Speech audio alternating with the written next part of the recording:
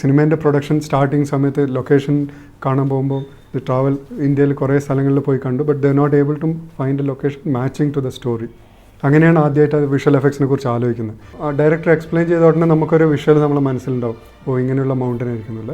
അതുമാതിരി നമ്മൾ ആദ്യം സ്കെച്ച് ചെയ്യുന്നു. അത് നമ്മൾ കോൺസെപ്റ്റ് ആർട്ട് എന്നാണ് പറയുക. It is not very technical, it's basically art. ഒരു മൗണ്ടൻ ഉണ്ട്, അതിന് മുമ്പിലൊരു ശിവ ടെമ്പിൾ ഉണ്ട്, അവിടെ ഒരു പാത്ത് ഉണ്ടെന്ന് പറഞ്ഞു കഴിഞ്ഞാൽ അത് നമ്മളെങ്ങനെ മനസ്സിൽ കാണുന്നു അതുപോലെ നമ്മൾ സ്കെച്ച് ചെയ്യണം.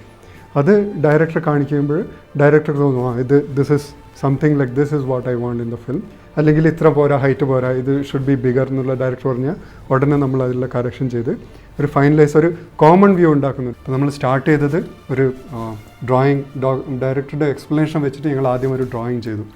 അതിൽ ഒരു വലിയൊരു ശിവ സ്റ്റാച്ചു ഉണ്ട് 40 feet ഹൈറ്റിൽ. എൻ്റെ അടുത്തൊരു ടെമ്പിൾ ഉണ്ട്, പിന്നെ വലിയൊരു വാലി ഉണ്ട്, ഒരു ഓൾമോസ്റ്റ് 2 kilometers ഫ്രീ ഫോൾ വേണം. പിന്നെ അതിൻ്റെ ഇടയിൽ 2 മലേൻ്റെ ഇടയിൽ കൂടെ ചെറിയൊരു പാത്ത് വേണം. അപ്പോൾ ഡയറക്ടർ എക്സ്പ്ലെയിൻ ചെയ്ത് വെച്ചിട്ട് റഫായിട്ട് അവിടെ നിന്ന് തന്നെ നമ്മൾ വരയ്ക്കുന്നതാണ് ഇങ്ങനെയുള്ള സ്കെച്ചസ്. അപ്പം ചെറിയൊരു അമ്പലമാണ്, പക്ഷേ വലിയൊരു സ്റ്റാച്ചു അവിടെ ഉണ്ടാവണം. പിന്നെ വേറൊരു ക്യാരക്ടർ, മെയിൻ ക്യാരക്ടേഴ്സ്, പിന്നെ ഒരു സ്റ്റോറി നടക്കുന്ന ഒരു പ്രധാന പോയിൻ്റാണ് ഈ ഷേർഖാൻ റോക്ക് എന്ന് പേരിട്ടിരിക്കുന്നത്.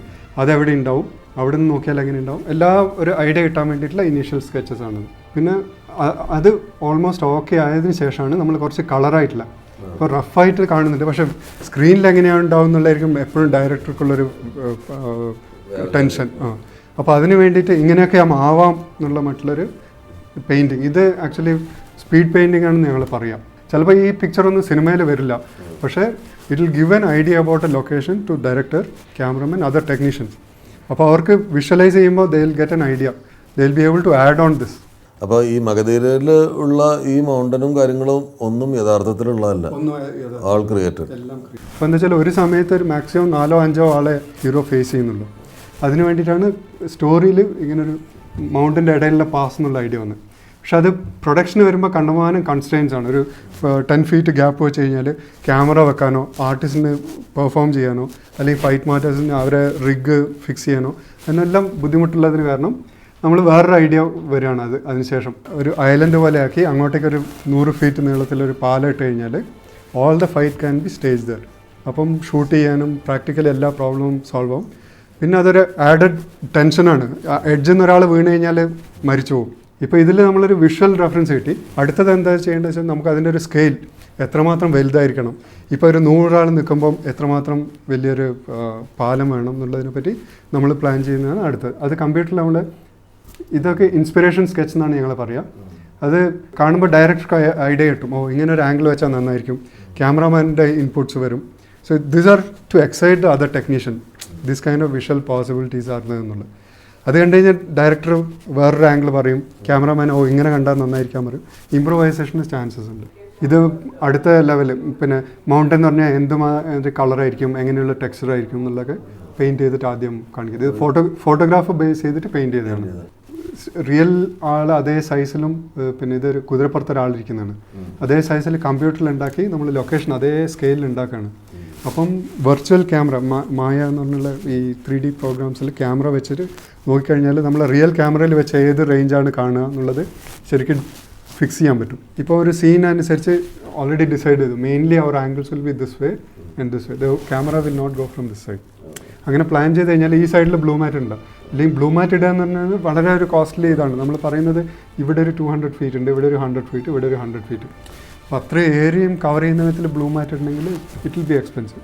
നമ്മൾ ആദ്യം പ്ലാൻ ചെയ്ത് കഴിഞ്ഞാൽ ഇത് ഈ ഒരു സ്ഥലം മാത്രം മതി, ബാക്കി ഏരിയ വന്നാലും അത് സ്കൈ ആണ്. അപ്പോൾ നമ്മൾ ആ ക്യാരക്ടർ മാറ്റാൻ എളുപ്പമായിരിക്കും. ഇത് മഹാബലേശ്വർ എന്ന് പറഞ്ഞ സ്ഥലത്തുള്ളൊരു മൗണ്ടനാണ്. അപ്പം ഈ റെഫറൻസ് വെച്ചിട്ടാണ് നമ്മൾ ആ ഡീറ്റെയിലിംഗ് ചെയ്യുന്നത്, നമ്മൾ 3D മോഡൽ ചെയ്യുന്നത്. അപ്പം അവിടുത്തെ മോഡൽ ചെയ്യണമെങ്കിൽ എന്തുമാത്രം ഹൈറ്റ് ഉണ്ട് ഇതെന്ന് അറിയാൻ വേണ്ടി actually we are using Google map ഉപയോഗിച്ചിട്ടാണ് നമ്മൾ ചെയ്തത്. ഒരുവിധം സ്കെയിലും അങ്ങനെയുള്ള കാര്യങ്ങൾ ഫിക്സ് ചെയ്ത് കഴിഞ്ഞാൽ ഇതുപോലെയാണ് നമ്മൾ സെറ്റ് ഉണ്ടാക്കേണ്ടത്, ഇത്രമാത്രം സെറ്റ്, ബാക്കി CG എന്ന് ഡിസൈഡ് ചെയ്ത് കഴിഞ്ഞാൽ then we have to find a location where we need to shoot.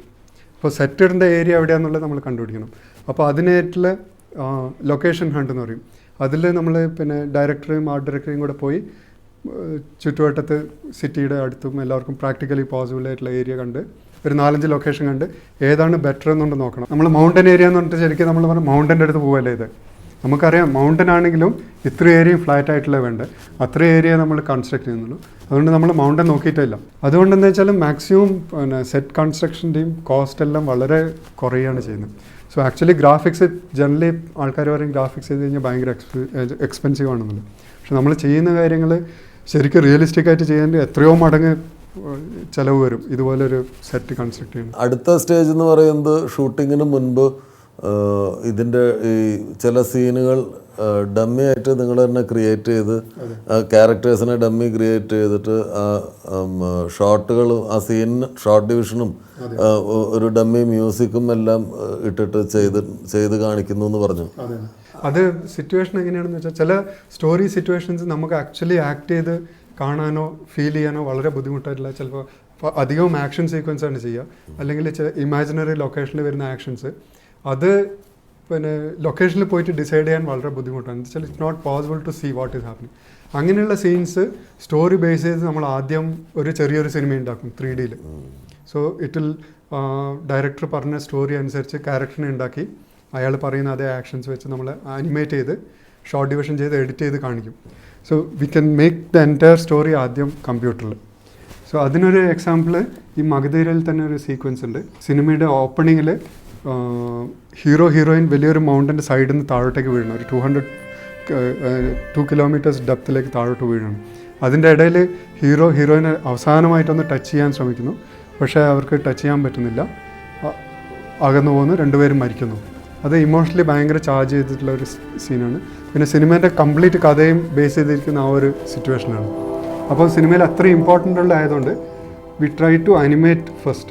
അപ്പോൾ പ്രീവിയസ് എന്ന് പറയുന്നതിൽ ഈ ക്യാരക്ടേഴ്സൊക്കെ വളരെ ഹീറോയിനെ പോലെ ഉണ്ടാവണമെന്നില്ല, ഹീറോയിനെ പോലെ ഉണ്ടാവണമെന്നില്ല. പക്ഷേ ബേസിക്കലി ആൾക്കാരുടെ സൈസും പിന്നെ പ്രപ്പോർഷൻസൊക്കെ കറക്റ്റായിരിക്കും, ഫേഷ്യൽ എക്സ്പ്രഷൻ കറക്റ്റായിട്ടുണ്ടാവില്ല, പക്ഷേ actions will show what he has to do. പിന്നെ ഇതേപോലെ ഇത്രയും ഹൈറ്റിൽ നിന്ന് ഒരാളെ വീഴ്ത്താൻ വെച്ചാൽ വളരെ ഇംപ്രാക്ടിക്കൽ ആയിട്ടുള്ളൊരു കാര്യമാണ്. അപ്പോൾ ടെക്നിക്കൽ ഡിസ്കഷനിൽ പറയുമ്പോൾ ഹീറോയിനെ പ്രത്യേകം വേറൊരു ആംഗിളിൽ ഒരു ലെയറായിട്ട് ഷൂട്ട് ചെയ്യുക. പിന്നെ ഹീറോനെ ഹാങ് ചെയ്തിട്ട് ഒരു 6 ഫീറ്റ് ട്രാവൽ ചെയ്താൽ മതി. ആ 6 ഫീറ്റ് നമുക്ക് 100 ഫീറ്റ് ട്രാവൽ ചെയ്യുന്ന പോലെ കമ്പ്യൂട്ടറിൽ ചെയ്യാൻ പറ്റും. ഇങ്ങനെയുള്ള ഡിസ്കഷൻ ഓരോ ഷോട്ടിനനുസരിച്ച് നമ്മൾ ഡിസൈഡ് ചെയ്യും. എല്ലാ വിഷ്വൽ എഫക്ട്സിനും സൗണ്ടും വളരെ ഇമ്പോർട്ടൻ്റ് ആയിട്ടുള്ളൊരു സാധനമാണ്. നമ്മൾ വിഷ്വലായിട്ട് കാണുമ്പം ഉള്ള എഫക്റ്റ് എൻഹാൻസ് ചെയ്യാൻ ഓൾമോസ്റ്റ് 50% സൗണ്ട് എഫക്റ്റ് ചെയ്യുന്നുണ്ട്. നല്ല സൗണ്ട് അല്ലെങ്കിൽ visual effects doesn't look good. Some visual effects bad, if sound is good still it will work better. ഇതിപ്പം ലൊക്കേഷൻ ഷൂട്ട് ചെയ്തിരിക്കുന്ന ഈ ബാക്ക്ഗ്രൗണ്ടിലെ സ്കൈയും ഇതെല്ലാം കമ്പ്യൂട്ടർ ജനറേറ്റ് ആണ്. ഈ ഒരു ക്യാരക്ടറിനെ മാത്രം നമ്മൾ റിയലായിട്ട് ഷൂട്ട് ചെയ്തിട്ടുണ്ട്. അതേപോലെ സൺസെറ്റും കമ്പ്യൂട്ടർ ജനറേറ്റഡ് ആണ്. മൗണ്ടൻ, ഇത് ക്ലൗഡ്സ്, റേസൊക്കെ നമ്മൾ എൻഹാൻസ് ചെയ്തതാണ്, കുറച്ചും കൂടി ഒരു ആ മൂഡ് വരാൻ വേണ്ടിയിട്ട് ചെയ്തിരിക്കുകയാണ്. മഗധീരയിലെ വേറൊരു വളരെ ഇമ്പോർട്ടൻറ്റ് സീൻ ഒരു ഫൈറ്റ് സീക്വൻസ് ആണ്. അത് പിന്നെ ഹീറോ ഒരു 100 പേര് ആർമിയായിട്ട് ഫൈറ്റ് ചെയ്യുന്ന സീക്വൻസ് അതൊരു മൗണ്ടൻസിൻ്റെ ഇടയിലാണ് നടക്കുന്നത്. അപ്പോൾ ഈ കാണുന്ന മൗണ്ടൻസ് എല്ലാം നമ്മൾ കമ്പ്യൂട്ടർ ജനറേറ്റഡ് ആണ്. ഷൂട്ടിങ്ങിൻ്റെ സമയത്ത് ഉണ്ടാക്കിയിരിക്കുന്ന മൗണ്ടൻ ഇത്രയേ ഉള്ളൂ. ആൾക്കാർ 500 പീപ്പിൾ ഉണ്ട് റിയലായിട്ട്. പിന്നെ ഈ ഒരു പാത്ത് ഉണ്ട്, ഈ സൈഡിലൊക്കെ ബ്ലൂ മാറ്റ് വെച്ചിരിക്കുകയാണ്. പിന്നെ ഫൈറ്റ് സീക്വൻസിൽ ഏറ്റവും വലിയ അപകടം ഇവർ ഉപയോഗിക്കുന്ന വെപ്പൺസാണ്.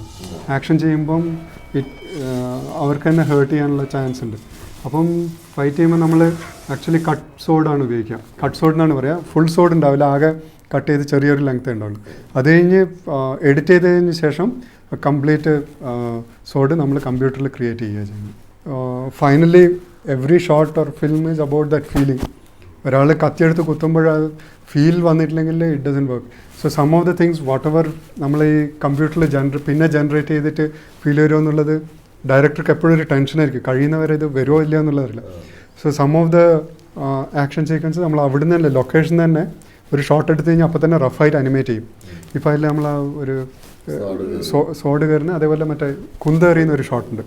അത് ഷൂട്ട് ചെയ്ത ഉടനെ നമ്മൾ കമ്പ്യൂട്ടറിലേക്ക് ആ ഷോട്ട് എടുത്ത് ഒരു ചെറിയൊരു ഇത് വെച്ച് അനിമേറ്റ് ചെയ്ത് ടൈമിംഗ് മാച്ച് ചെയ്തിട്ട് അപ്പോൾ തന്നെ ഡയറക്ടറെ കാണിക്കുക. Then he know it works. അപ്പോൾ തന്നെ എഡിറ്റ് ചെയ്യും. സോ അത് ഫൈനലൈസ് ചെയ്തിട്ടാണ് നമ്മൾ അടുത്ത സ്റ്റെപ്പിലേക്ക് പോകുന്നത്.